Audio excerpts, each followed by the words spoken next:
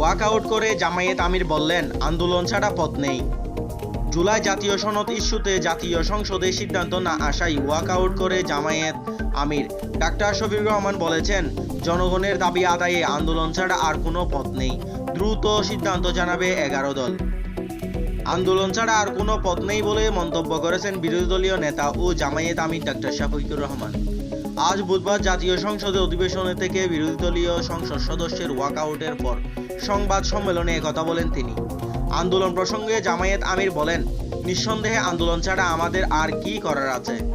আন্দোলন আমরা করব, জনগণকে সাথে নিয়েই করব। আন্দোলনের বিষয়ে 11টি দল আমরা দ্রুত বসে সিদ্ধান্ত নেব এবং আপনাদের মাধ্যমে সিদ্ধান্ত জানানো হবে।